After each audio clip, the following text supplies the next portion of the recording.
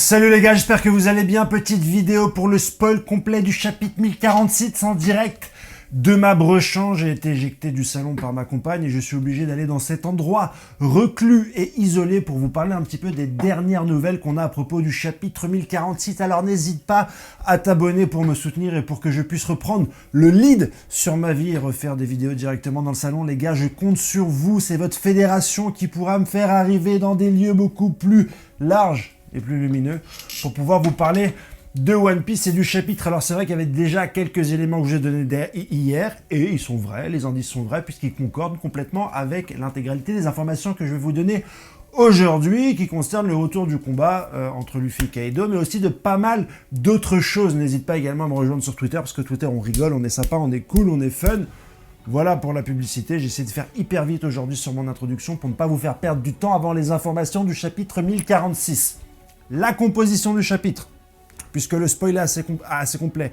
On va avoir normalement 5 pages du côté du combat entre Luffy et Kaido, 9 pages sur le reste de Nigashima, et on va en parler après, et normalement on aura une page finale quand même sur le combat entre Luffy et Kaido, même si on n'a pas toutes les informations, on sait un petit peu ce qui va se passer, de quoi il en retourne, quel est le ressort narratif de ces dernières pages avant la pause, parce que c'est la pause la semaine prochaine, il n'y a pas de chapitre, et notamment on est sur le premier chapitre du tome 104, je crois, si je dis pas de bêtises. Du coup, bah voilà, la pression redescend un petit peu, c'est le début du tome, c'est un démarrage en côte, on va arriver tranquillement vers la fin du combat entre les deux antagonismes que sont le héros manqué de Luffy et son adversaire Kaido, le capitaine de l'équipage au sang bête, Yonkou, l'homme, la créature la plus forte du monde. Très peu de choses sur le combat entre Luffy et Kaido, puisque les informations vont plus ou moins tourner sur le personnage de Raizo. Raizo qui va avoir un rôle après son combat dantesque et de génie avec Fukurokujo, le garde royal et personnel d'Orochi. Celui-ci va se remémorer les temps anciens, notamment il y a 20 ans, quand le château d'Oden s'est fait brûler.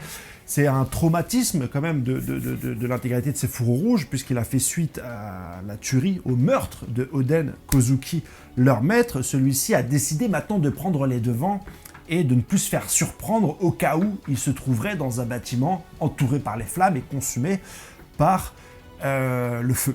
Il a donc décidé, à la même manière dont il avait fait avec son rouleau et son pouvoir, de pouvoir récupérer les attaques de Kaido pour pouvoir le renvoyer, il a décidé, dans un de ses parchemins, d'y enfermer directement de l'eau de Zunesha qu'il avait, avant ça, récupéré probablement sur Zou. Et oui, il est malin un petit peu Raizo, il s'est dit, voilà, s'il y a du feu, pourquoi est-ce que j'aurais pas de l'eau dans mes parchemins, puisque j'ai la possibilité de cacher, de mettre n'importe quoi dans ces petits rouleaux de papier. Il a bien fait de le faire parce que, bah devinez quoi, Nigashima est en feu. Si t'en as rien à foutre, t'inquiète pas, moi aussi. Mais je suis obligé de vous le dire parce que c'est les spoils, on va avoir un chapitre centré sur Raizo.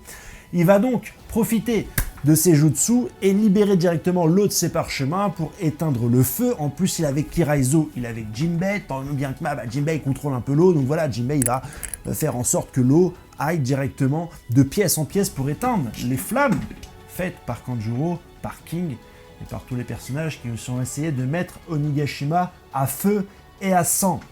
Voilà. On va également avoir quelques infos et quelques cas sur d'autres personnages, dont une case pour Sanji. Voilà, c'est pour voir un petit peu les fans de Sanji. On vous distribue un peu tout ce qu'on peut. Et également une case sur Zoro, où on voit que Zoro est toujours inanimé, inactif, inexpressif. Entouré de Sanji, il y avait plusieurs faux spoils qui nous donnaient un Zoro un petit peu qui s'est réincarné dans un bébé, tenu dans les bras de Sanji, vraiment n'importe quoi. En fait, comme les mecs un peu les plus carrés au niveau spoil ont décidé de ne pas spoiler parce qu'on est vraiment sur des chapitres de ouf et que ça va être pendant 2-3 semaines, 1 mois, des chapitres hyper intéressants, ils se sont dit, bah on spoil pas.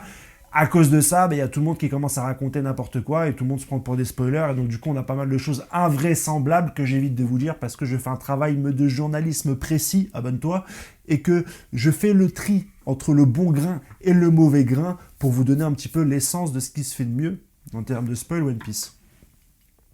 Content qu'on n'ait pas tout de suite la résolution du combat de Zoro, c'est peut-être une des choses qui me tient le plus en haleine et j'ai vraiment envie qu'on aille sur la fin de Zoro, sur le meurtre de Zoro, pour potentiellement déboucher sur quelque chose de nouveau, que ça soit un arc sur le monde des morts pour aller le récupérer, qui sera un petit peu un parallélisme de Impel Down, une condition, quelle qu'elle soit, pour faire revenir Zoro à la vie. Est-ce que Luffy en mode Toons peut s'abstraire de la réalité et redonner la vie à Zoro. Il y a énormément de choses qui peuvent être développées et intéressantes. Par contre, si Zoro se lève comme ça directement, eh ben, ce serait un petit peu un pétard mouillé et ça me saoulerait parce que je me suis vraiment investi émotionnellement dans la mort de ce personnage. Il y a très certainement d'autres personnages qui vont apparaître parce que le spoiler dit bien que tu vas avoir plus de 9 pages sur un réseau qui met de l'eau un peu partout.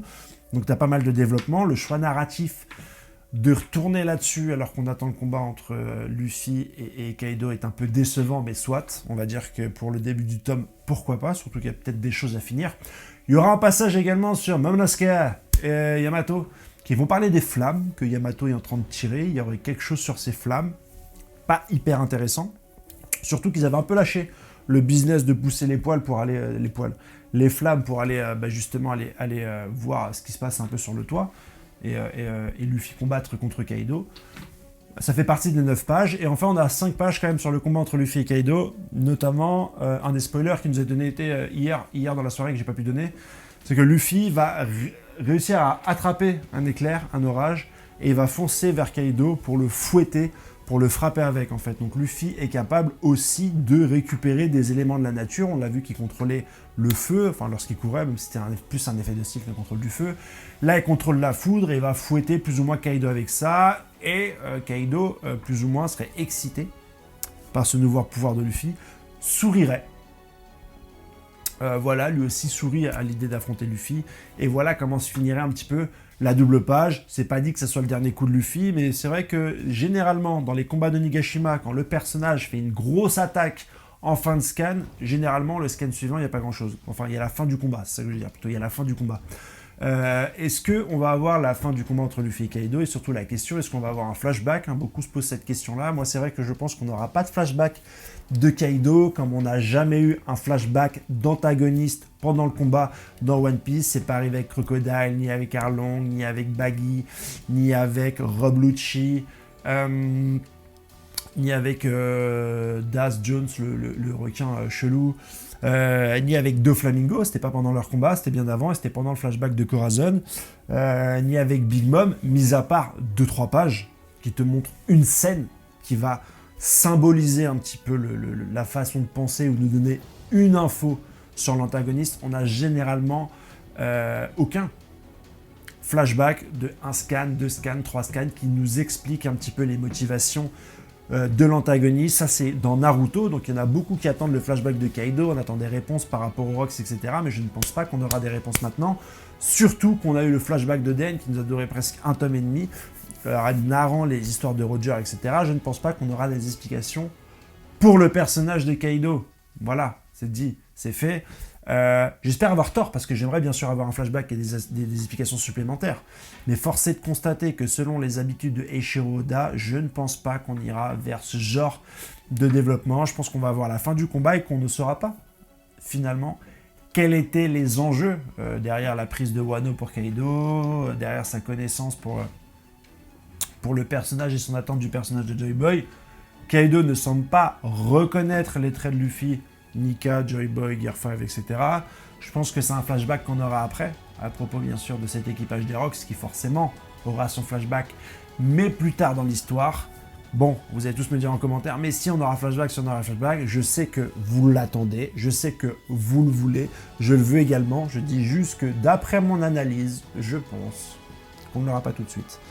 Voilà pour la petite vidéo sur l'intégralité des résumés, des informations du chapitre 1046 de One Piece, pas de chapitre. La semaine prochaine, on fera peut-être un petit live pour pouvoir échanger. Ça fait longtemps qu'on n'a pas fait un live, juste vous et moi, pas d'invité, juste vous et moi, voilà, un petit live pour échanger à propos des 3 derniers chapitres qu'on a eu, dantesques, surtout le 1045, le 1044. Et mon téléphone sonne, je vous souhaite une bonne journée les gars. Et à la prochaine. Demain pour certainement le résumé complet. Ciao, ciao!